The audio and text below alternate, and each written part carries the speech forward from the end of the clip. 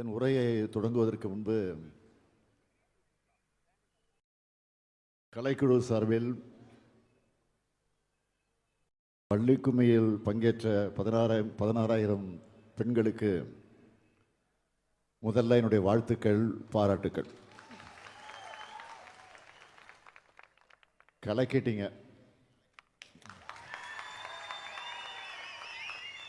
பெண்கள்னால சாதனை தான், சாதனைனால பெண்கள் தான்.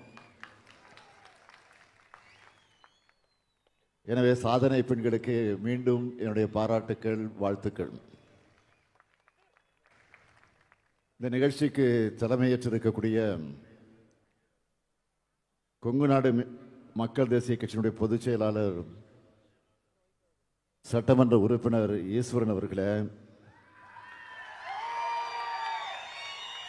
கோவை மாவட்டத்தினுடைய பொறுப்பு அமைச்சர் மாண்புமிகு செந்தில் பாலாஜி உள்ளிட்ட அமைச்சர் பெருமக்களே, நாடாளுமன்ற சட்டமன்ற உறுப்பினர்களே, கொங்கு நாடு மக்கள் தேசிய கட்சியினுடைய நிர்வாகிகளே, வள்ளிக்கும்மி ஆசிரியர் பெருமக்களே, கின்ன சாதனை படைத்துள்ள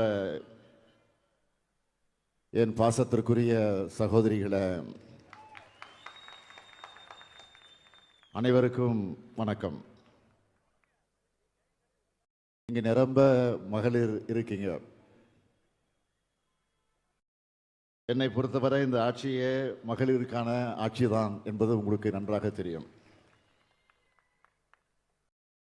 அந்த உணர்வோடு இந்த சிறப்பான நிகழ்ச்சியில உங்களோடு சேர்ந்து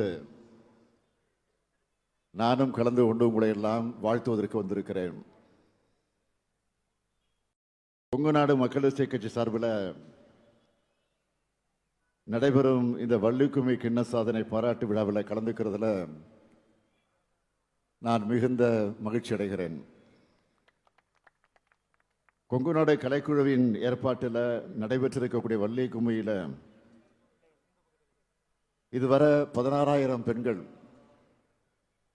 பங்கெடுத்திருக்கிறது என்பது மிகப்பெரிய சாதனையாக அமைந்திருக்கிறது. எனவே இந்த விழாவிலே நாம் பங்கேற்க வேண்டும் என்று நம்முடைய அன்புக்குரிய ஈஸ்வரன் அவர்கள் என்னிடத்தில் அழுத்தமாக எடுத்து சொல்லி அன்போடு கேட்டு அவருடைய அன்பை தட்ட முடியாமல் நானும் இந்த நிகழ்ச்சிக்கு வந்திருக்கிறேன். இந்த வாய்ப்பை எனக்கு உருவாக்கி தந்திருக்கக்கூடிய நம்முடைய மதிப்பிற்குரிய ஈஸ்வரன் அவர்களுக்கும் கொங்கு நாடு மக்கள் தேசிய கட்சியினுடைய நிர்வாகிகளுக்கும் இந்த வள்ளிக்கும்மி விழாவிலே பங்கேற்றிருக்கக்கூடிய அருமை சகோதரிகளுக்கும் என்னுடைய நன்றியை நான் மீண்டும் ஒரு முறை தெரிவித்துக் கொள்ள விரும்புகிறேன். சட்டமன்றத்திலையும் மக்கள் மன்றத்திலையும் மக்களுக்காக போராடியும் வாதாடியும் இந்த மேற்கு மண்டலத்தில் எல்லோருடைய கவனத்தையும் பெற்றவர் நம்முடைய அன்புக்குரிய ஈஸ்வரன் அவர்கள். அவர் என்ன பேசினாலும், எங்க போய் பேசினாலும் அதுல மேற்கு மண்டலத்தினுடைய மக்களின் நன்மை அடங்கி இருக்கும். நான் கூர்ந்து கவனிப்பதுண்டு. அவருடைய பேச்சில் தான் எதிரொலிக்கும். அதே போல நம்முடைய திராவிட மாடல் ஆட்சியை பொறுத்த வரைக்கும் அவரே குறிப்பிட்டு சொன்னார், நான் ஆட்சி பொறுப்பை ஏற்பதற்கு முன்னால் தேர்தல் நிலவரங்கள் எல்லாம் முடிவரக்கூடிய சூழ்நிலை வந்தபோது நான் குளத்தூர் தொகுதியில் நின்று வெற்றி பெற்ற அந்த சான்றிதழ் எடுப்பதற்காக வேளாண் கல்லூரியில் வாக்கு எண்ணப்பட்டு கொண்டிருந்த அந்த கல்லூரிக்கு நான் சென்று அதை பெற்று அதற்கு பிறகு அதை நம்முடைய தலைவர் கலைஞர், அறிஞர் அண்ணா அவருடைய நினைவிடத்திற்கு சென்று அங்கே அவர்களுக்கு என்னுடைய வணக்கத்தை செலுத்துகிற இடத்தில்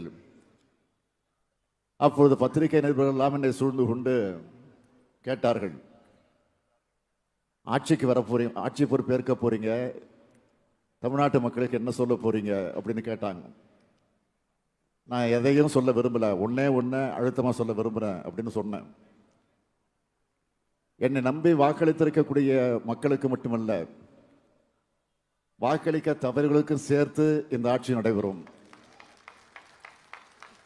அதையும் தாண்டி சொல்றேன், வாக்களிச்சவங்க மகிழ்ச்சி அடையணும், வாக்களிக்க தவறியவங்க இப்படிப்பட்டவருக்கு வாக்களிக்காம தவறிவிட்டோமே என்று வருத்தப்படணும். ஆக அந்த நிலையில நிச்சயமாக எங்கள் ஆட்சி இருக்கும் என்று நான் உறுதி சொன்னேன். ஆகவே அப்படித்தான் இந்த மேற்கு மண்டலத்திற்கும் ஏராளமான திட்டங்களை நம்முடைய அரசு செஞ்சுக்கிட்டு இருக்கு என்பதை நம்முடைய ஈஸ்வரன் அவர்கள் நேரமில்லா காரணத்தால் ஒன்றை மாத்திரம் அவர் தெளிவோடு குறிப்பிட்டு சொன்னார். ஆக உங்களுடைய நன்மதிப்பையும் பெற்றிருக்கோம். அதனால தான் தொடர்ந்து 2024 நாடாளுமன்ற தேர்தலில் திமுகவுக்கு அமோகமான வெற்றி, முழுமையான வெற்றி நாம் பெற்றோம். ஆக அந்த 40க்கு 40 என்ற வெற்றியை பெற்றிருக்கிறோம் என்று சொன்னால், முழு வெற்றியை பெற்றிருக்கிறோம் என்று சொன்னால், நம்முடைய ஆட்சிக்கு கிடைத்திருக்கக்கூடிய அது நற்சான்றிதழ். அதேபோல் வருகிற 2026ஆம் ஆண்டும் மீண்டும் சொல்லுகிறேன், நாம் தான் வெற்றி பெறப் போகிறோம், நம்முடைய அணிதான் வெற்றி பெறப் போகிறது. நிச்சயம் அது தொடரும். ஆனால் ஒன்றிய அரசு, இன்றைக்கு மோடி தலைமையில் இருக்கக்கூடிய ஒன்றிய அரசு நம்மை மாதிரி இல்லாம, நம்முடைய ஆட்சி போல் இல்லாம வாக்களிக்காத தமிழ்நாட்டை வஞ்சித்துக் கொண்டிருக்கு. அவங்களுடைய வஞ்சனையும் கடந்து தமிழ்நாடு வளர்ச்சியில் இன்றைக்கு நாம முதலிடத்தில் இருக்கிறோம். எல்லா துறைகளிலுமே தமிழ்நாட்டுக்கு முறையான நிதிகளை வழங்கி தமிழ்நாட்டுக்குரிய திட்டங்களை செய்து தரக்கூடிய ஒன்றிய அரசு இருந்தால் இன்றைக்கு இந்திய அளவில் இல்லை, உலக அளவிலே நாம் தான் இன்றைக்கு முதலிடத்தில் இருப்போம். அந்த அளவுக்கு நாம் இன்னும் வேகமாக நடைபெற்றுக் கொண்டிருக்கக்கூடிய வாய்ப்பு கிடைத்திருக்கும். இன்று காலையிலே கூட தொகுதி மறுசீரமைப்பில் தமிழ்நாடு உள்ளிட்ட மாநிலங்களில் பாதிக்கப்படாது என்ற உறுதியை மாண்புமிகு பிரதமர் அவர்கள் வழங்கணும்னு நான் கோரிக்கை வச்சேன். ஆக அந்த கோரிக்கையை தெளிவாக நான் குறிப்பிட்டு சொன்னேன். பிரதமர் அவர்கள் இன்னொரு அரை மணி நேரத்தில் தமிழ்நாட்டிற்கு வருகிறார், ராமேஸ்வரத்துக்கு வருகிறார், பாலத்தை திறந்து வைக்கப் போகிறார். அதுவும் எங்கிருந்து வருகிறார் என்று கேட்டால் இலங்கையிலிருந்து வருகிறார். இலங்கையில் மீனவர்கள் படக்கூடிய, நம்முடைய மீனவர்கள் துன்பத்திற்கு ஆளாகக்கூடிய அந்த துயரத்திற்கெல்லாம் ஒரு விடிவு கிடைக்கும். அதையெல்லாம் பேசிவிட்டு வந்து செய்தியை சொல்லுவார். தொகுதி மறுசீரமைப்பு பற்றி நாம் அழுத்தமாக சட்டமன்றத்தில் தீர்மானம் போட்டிருக்கிறோம். அனைத்து கட்சி, தமிழ்நாட்டில் இருக்கக்கூடிய அனைத்து கட்சி தலைவர்கள் எல்லாம் அழைத்து விவாதித்திருக்கிறோம்.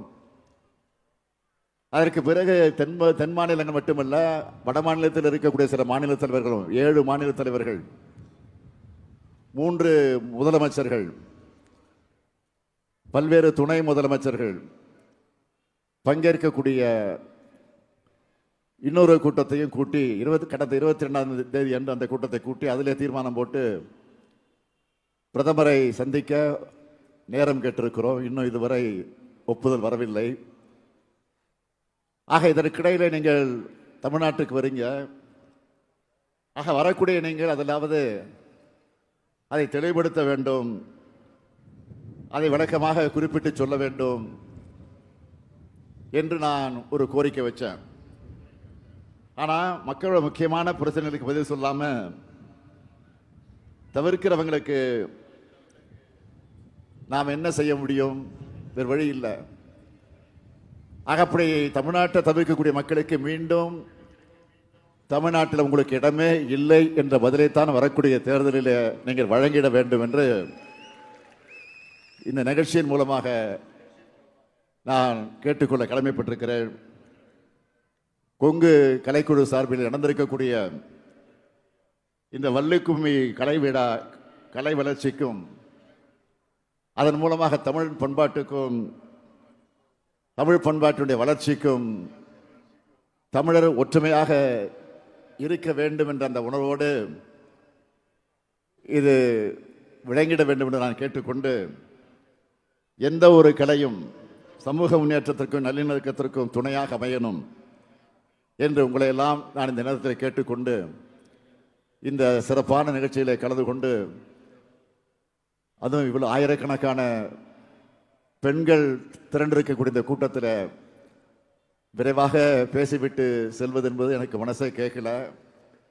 ஏனென்றால் நான் விமானத்தை பிடித்து இரவோடு சென்னைக்கு சென்று நாளைக்கு சட்டமன்றம் இருக்கிறது. எனக்கு மட்டுமல்ல, ஈஸ்வரனுக்கு இருக்கிறது. ஆக அந்த கடமையும் நாங்கள் ஆற்றிட வேண்டும். எனவே நீண்ட நேரம் உங்களிடத்தில் என்று உரையாற்ற வாய்ப்பில்லை என்ற அந்த காரணத்தால் இந்த அளவில் நான் என்னுடைய உரையை நிறைவு செய்வதற்கு முன்பு உங்கள் அத்தனை பேருக்கு மீண்டும் என்னுடைய நெஞ்சார்ந்த வாழ்த்துக்களையும் பாராட்டுக்களையும் தெரிவித்து விடைபெறுகிறேன். நன்றி, வணக்கம். அடுத்தபடியாக பாரம்பரிய கலையான வள்ளிக்கும்மியை மீட்டெடுத்து கிண்ணசார். என் உரையை தொடங்குவதற்கு முன்பு கலைக்குழு சார்பில் வள்ளிக்கும்மியில் பங்கேற்ற 16,000 பெண்களுக்கு முதல்ல என்னுடைய வாழ்த்துக்கள், பாராட்டுக்கள். கலக்கிட்டீங்க.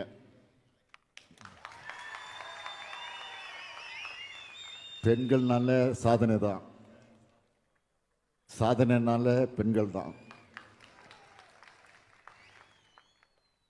எனவே சாதனை பெண்களுக்கு மீண்டும் என்னுடைய பாராட்டுக்கள், வாழ்த்துக்கள்.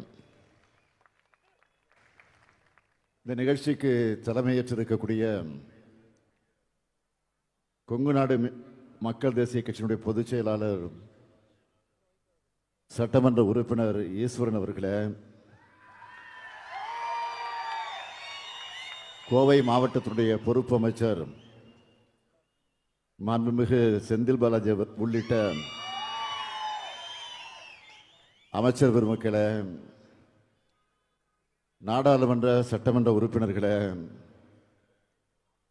கொங்கு நாடு மக்கள் தேசிய கட்சியினுடைய நிர்வாகிகளே, வள்ளிக்கும்மி ஆசிரியர் பெருமக்களே, கின்ன சாதனை படைத்துள்ள என் பாசத்திற்குரிய சகோதரிகளே, அனைவருக்கும் வணக்கம். இங்க நிரம்ப மகளிர் இருக்கீங்க. என்னை பொறுத்தவரை இந்த ஆட்சியே மகளிருக்கான ஆட்சி தான் என்பது உங்களுக்கு நன்றாக தெரியும். அந்த உணர்வோடு இந்த சிறப்பான நிகழ்ச்சியில உங்களோடு சேர்ந்து நானும் கலந்து கொண்டு உங்களை எல்லாம் வாழ்த்துவதற்கு வந்திருக்கிறேன். கொங்கு நாடு மக்கள் தேசிய கட்சி சார்பில் நடைபெறும் இந்த வள்ளிக்கும்மி கிண்ண சாதனை பாராட்டு விழாவில் கலந்துக்கிறதுல நான் மிகுந்த மகிழ்ச்சி அடைகிறேன்.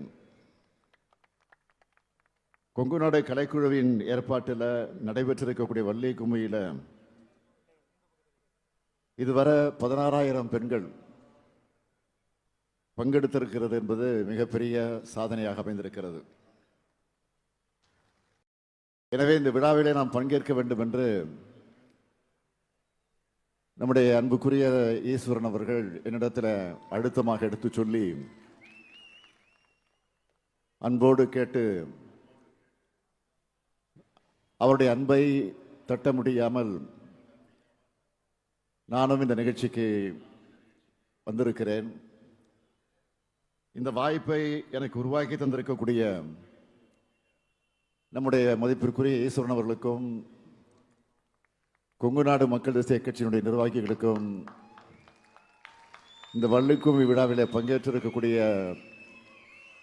அருமை சகோதரிகளுக்கும் என்னுடைய நன்றியை நான் மீண்டும் ஒரு முறை தெரிவித்துக் கொள்ள விரும்புகிறேன். சட்டமன்றத்திலையும் மக்கள் மன்றத்திலையும் மக்களுக்காக போராடியும் வாதாடியும் இந்த மேற்கு மண்டலத்தில் எல்லோருடைய கவனத்தையும் பெற்றவர் நம்முடைய அன்புக்குரிய ஈஸ்வரன் அவர்கள்.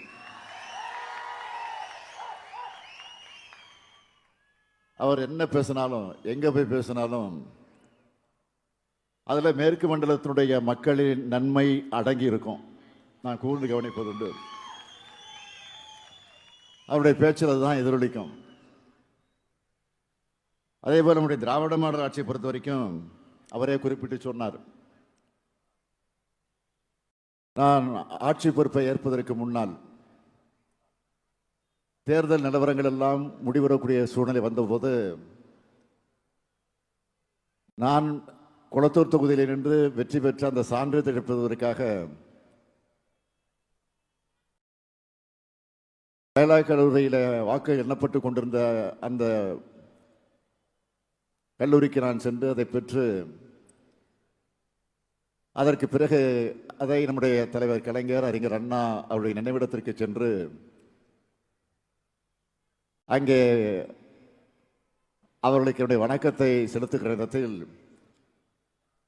அப்பொழுது பத்திரிகை நிருபர்கள் எல்லாம் என்னை சூழ்ந்து கொண்டு கேட்டார்கள், ஆட்சிக்கு வர போறீங்க, ஆட்சி பொறுப்பு ஏற்க போறீங்க, தமிழ்நாட்டு மக்களுக்கு என்ன சொல்ல போறீங்க அப்படின்னு கேட்டாங்க. நான் எதையும் சொல்ல விரும்பல, ஒன்னே அழுத்தமா சொல்ல விரும்புறேன் அப்படின்னு சொன்னேன். என்னை நம்பி வாக்களித்திருக்கக்கூடிய மக்களுக்கு மட்டுமல்ல, வாக்களிக்க தவறுகளுக்கும் சேர்த்து இந்த ஆட்சி நடைபெறும். அதையும் தாண்டி சொல்றேன், வாக்களிச்சவங்க மகிழ்ச்சி அடையணும், வாக்களிக்க தவறியவங்க இப்படிப்பட்டவருக்கு வாக்களிக்காம தவறிவிட்டோமே என்று வருத்தப்படணும். ஆக அந்த நிலையில நிச்சயமாக எங்கள் ஆட்சி இருக்கும் என்று நான் உறுதி சொன்னேன். ஆகவே அப்படித்தான் இந்த மேற்கு மண்டலத்திற்கும் ஏராளமான திட்டங்களை நம்முடைய அரசு செஞ்சுக்கிட்டு இருக்கு என்பதை நம்முடைய ஈஸ்வரன் அவர்கள் நேரமில்லா காரணத்தால் ஒன்றை மாத்திரம் அவர் தெளிவோடு குறிப்பிட்டு சொன்னார். ஆக உங்களுடைய நன்மதிப்பையும் பெற்றிருக்கிறோம். அதனால தான் தொடர்ந்து 2024 நாடாளுமன்ற தேர்தலில் திமுகவுக்கு அமோகமான வெற்றி, முழுமையான வெற்றி நாம் பெற்றோம். ஆக அந்த 40க்கு 40 என்ற வெற்றியை பெற்றிருக்கிறோம் என்று சொன்னால், முழு வெற்றியை பெற்றிருக்கிறோம் என்று சொன்னால், நம்முடைய ஆட்சிக்கு கிடைத்திருக்கக்கூடிய அது நற்சான்றிதழ். அதேபோல் வருகிற 2026 ஆண்டும் மீண்டும் சொல்லுகிறேன், நாம் தான் வெற்றி பெறப் போகிறோம், நம்முடைய அணிதான் வெற்றி பெறப் போகிறது. நிச்சயம் அது தொடரும். ஆனால் ஒன்றிய அரசு, இன்றைக்கு மோடி தலைமையில் இருக்கக்கூடிய ஒன்றிய அரசு நம்மை மாதிரி இல்லாம, நம்முடைய ஆட்சி போல் இல்லாம வாக்களிக்காத தமிழ்நாட்டை வஞ்சித்துக் கொண்டிருக்கு. அவங்களுடைய வஞ்சனையும் கடந்து தமிழ்நாடு வளர்ச்சியில் இன்றைக்கு நாம முதலிடத்தில் இருக்கிறோம். எல்லா துறைகளிலும் தமிழ்நாட்டுக்கு முறையான நிதிகளை வழங்கி தமிழ்நாட்டுக்குரிய திட்டங்களை செய்து தரக்கூடிய ஒன்றிய அரசு இருந்தால் இன்றைக்கு இந்திய அளவில் இல்ல, உலக அளவிலே நாம் தான் இன்றைக்கு முதலிடத்தில் இருப்போம். அந்த அளவுக்கு நாம் இன்னும் வேகமாக நடைபெற்றுக் கொண்டிருக்கக்கூடிய வாய்ப்பு கிடைத்திருக்கும். இன்று காலையிலே கூட தொகுதி மறுசீரமைப்பில் தமிழ்நாடு உள்ளிட்ட மாநிலங்களில் பாதிக்கப்படாது என்ற உறுதியை மாண்புமிகு பிரதமர் அவர்கள் வழங்கணும்னு நான் கோரிக்கை வச்சேன். ஆக அந்த கோரிக்கையை தெளிவாக நான் குறிப்பிட்டு சொன்னேன். பிரதமர் அவர்கள் இன்னொரு அரை மணி நேரத்தில் தமிழ்நாட்டிற்கு வருகிறார், ராமேஸ்வரத்துக்கு வருகிறார், பாலத்தை திறந்து வைக்கப் போகிறார். அதுவும் எங்கிருந்து வருகிறார் என்று கேட்டால் இலங்கையிலிருந்து வருகிறார். இலங்கையில் மீனவர்கள் படக்கூடிய, நம்முடைய மீனவர்கள் துன்பத்திற்கு ஆளாகக்கூடிய அந்த துயரத்திற்கெல்லாம் ஒரு விடிவு கிடைக்கும். அதையெல்லாம் பேசிவிட்டு வந்து செய்தியை சொல்லுவார். தொகுதி மறுசீரமைப்பு பற்றி நாம் அழுத்தமாக சட்டமன்றத்தில் தீர்மானம் போட்டிருக்கிறோம். அனைத்து கட்சி, தமிழ்நாட்டில் இருக்கக்கூடிய அனைத்து கட்சி தலைவர்கள் எல்லாம் அழைத்து விவாதித்திருக்கிறோம்.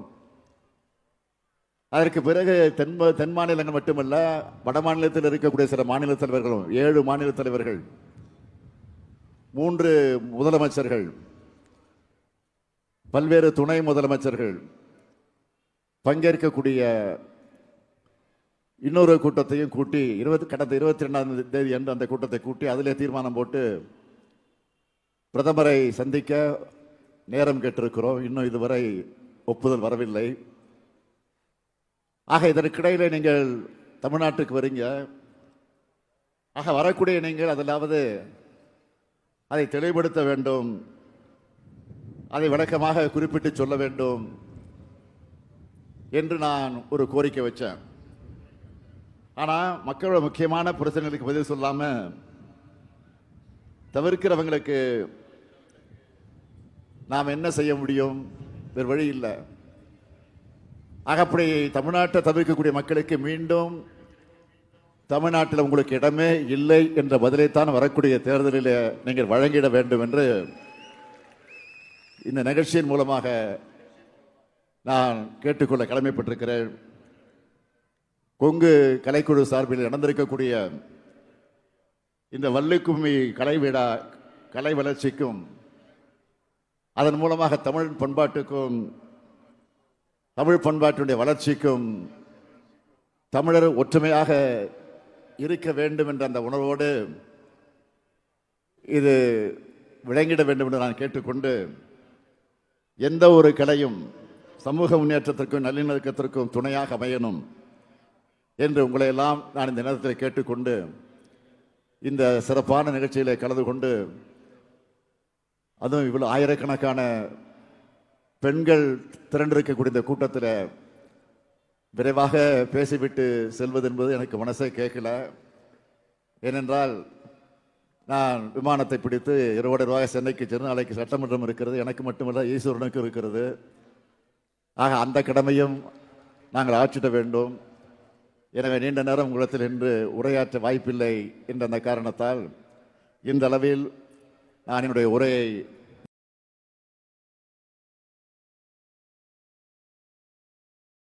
என் உரையை தொடங்குவதற்கு முன்பு கலைக்குழு சார்பில்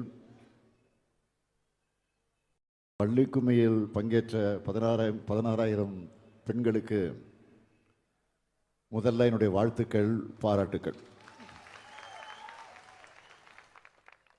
கலக்கிட்டீங்க.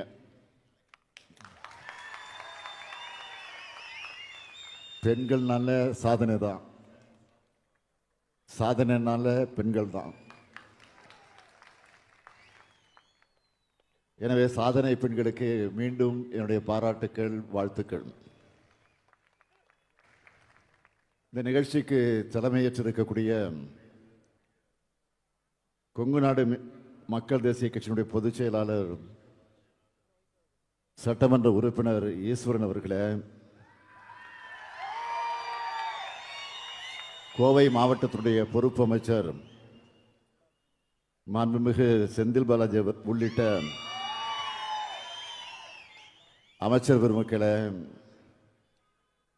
நாடாளுமன்ற சட்டமன்ற உறுப்பினர்களே, கொங்கு நாடு மக்கள் தேசிய கட்சியினுடைய நிர்வாகிகளே, வள்ளிக்கும்மி ஆசிரியர் பெருமக்களே, கிண்ண சாதனை படைத்துள்ள என் பாசத்திற்குரிய சகோதரிகளே, அனைவருக்கும் வணக்கம்.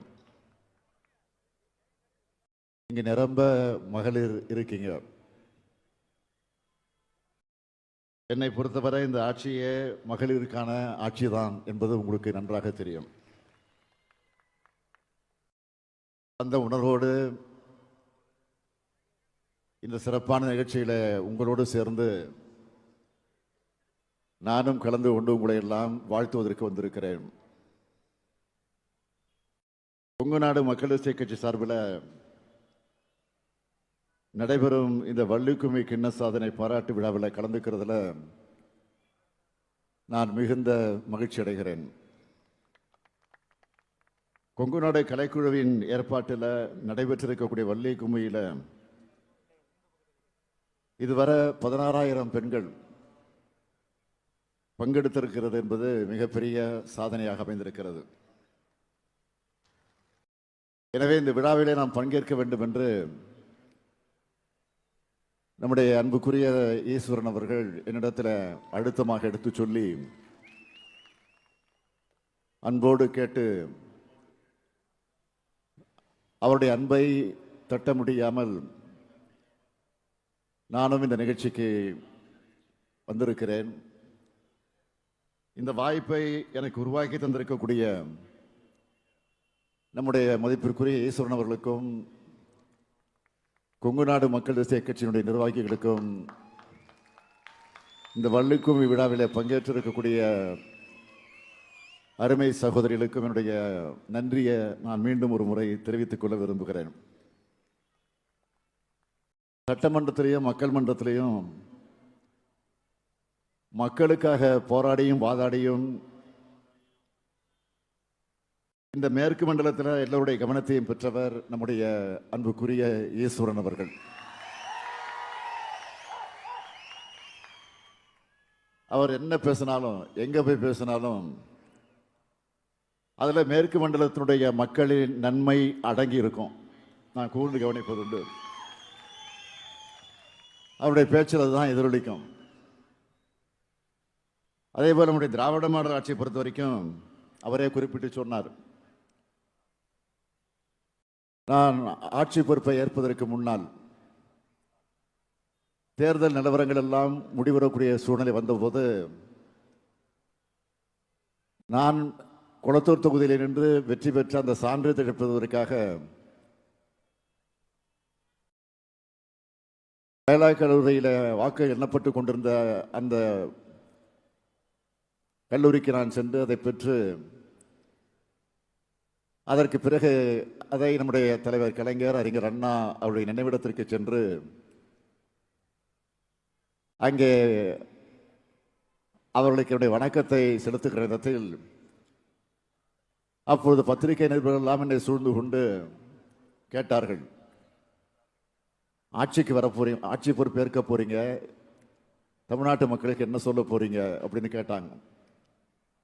நான் எதையும் சொல்ல விரும்பல, ஒன்னே அழுத்தமா சொல்ல விரும்புறேன் அப்படின்னு சொன்னேன். என்னை நம்பி வாக்களித்திருக்கக்கூடிய மக்களுக்கு மட்டுமல்ல, வாக்களிக்க தவறுகளுக்கும் சேர்த்து இந்த ஆட்சி நடைபெறும். அதையும் தாண்டி சொல்றேன், வாக்களிச்சவங்க மகிழ்ச்சி அடையணும், வாக்களிக்க தவறியவங்க இப்படிப்பட்டவருக்கு வாக்களிக்காம தவறிவிட்டோமே என்று வருத்தப்படணும். ஆக அந்த நிலையில நிச்சயமாக எங்கள் ஆட்சி இருக்கும் என்று நான் உறுதி சொன்னேன். ஆகவே அப்படித்தான் இந்த மேற்கு மண்டலத்திற்கும் ஏராளமான திட்டங்களை நம்முடைய அரசு செஞ்சுக்கிட்டு இருக்கு என்பதை நம்முடைய ஈஸ்வரன் அவர்கள் நேரமில்லா காரணத்தால் ஒன்றை மாத்திரம் அவர் தெளிவோடு குறிப்பிட்டு சொன்னார். ஆக உங்களுடைய நன்மதிப்பையும் பெற்றிருக்கிறோம். அதனால தான் தொடர்ந்து 2024 நாடாளுமன்ற தேர்தலில் திமுகவுக்கு அமோகமான வெற்றி, முழுமையான வெற்றி நாம் பெற்றோம். ஆக அந்த 40க்கு 40 என்ற வெற்றியை பெற்றிருக்கிறோம் என்று சொன்னால், முழு வெற்றியை பெற்றிருக்கிறோம் என்று சொன்னால், நம்முடைய ஆட்சிக்கு கிடைத்திருக்கக்கூடிய அது நற்சான்றிதழ். அதேபோல் வருகிற 2026ஆம் ஆண்டும் மீண்டும் சொல்லுகிறேன், நாம் தான் வெற்றி பெறப் போகிறோம், நம்முடைய அணிதான் வெற்றி பெறப் போகிறது. நிச்சயம் அது தொடரும். ஆனால் ஒன்றிய அரசு, இன்றைக்கு மோடி தலைமையில் இருக்கக்கூடிய ஒன்றிய அரசு நம்மை மாதிரி இல்லாம, நம்முடைய ஆட்சி போல் இல்லாம வாக்களிக்காத தமிழ்நாட்டை வஞ்சித்துக் கொண்டிருக்கு. அவங்களுடைய வஞ்சனையும் கடந்து தமிழ்நாடு வளர்ச்சியில் இன்றைக்கு நாம முதலிடத்தில் இருக்கிறோம். எல்லா துறைகளிலும் தமிழ்நாட்டுக்கு முறையான நிதிகளை வழங்கி தமிழ்நாட்டுக்குரிய திட்டங்களை செய்து தரக்கூடிய ஒன்றிய அரசு இருந்தால் இன்றைக்கு இந்திய அளவில் இல்ல, உலக அளவிலே நாம் தான் இன்றைக்கு முதலிடத்தில் இருப்போம். அந்த அளவுக்கு நாம் இன்னும் வேகமாக நடைபெற்றுக் கொண்டிருக்கக்கூடிய வாய்ப்பு கிடைத்திருக்கும். இன்று காலையிலே கூட தொகுதி மறுசீரமைப்பில் தமிழ்நாடு உள்ளிட்ட மாநிலங்களில் பாதிக்கப்படாது என்ற உறுதியை மாண்புமிகு பிரதமர் அவர்கள் வழங்கணும்னு நான் கோரிக்கை வச்சேன். ஆக அந்த கோரிக்கையை தெளிவாக நான் குறிப்பிட்டு சொன்னேன். பிரதமர் அவர்கள் இன்னொரு அரை மணி நேரத்தில் தமிழ்நாட்டிற்கு வருகிறார், ராமேஸ்வரத்துக்கு வருகிறார், பாலத்தை திறந்து வைக்கப் போகிறார். அதுவும் எங்கிருந்து வருகிறார் என்று கேட்டால் இலங்கையிலிருந்து வருகிறார். இலங்கையில் மீனவர்கள் படக்கூடிய, நம்முடைய மீனவர்கள் துன்பத்திற்கு ஆளாகக்கூடிய அந்த துயரத்திற்கெல்லாம் ஒரு விடிவு கிடைக்கும். அதையெல்லாம் பேசிவிட்டு வந்து இங்கே செய்தியை சொல்லுவார். தொகுதி மறுசீரமைப்பு பற்றி நாம் அழுத்தமாக சட்டமன்றத்தில் தீர்மானம் போட்டிருக்கிறோம்.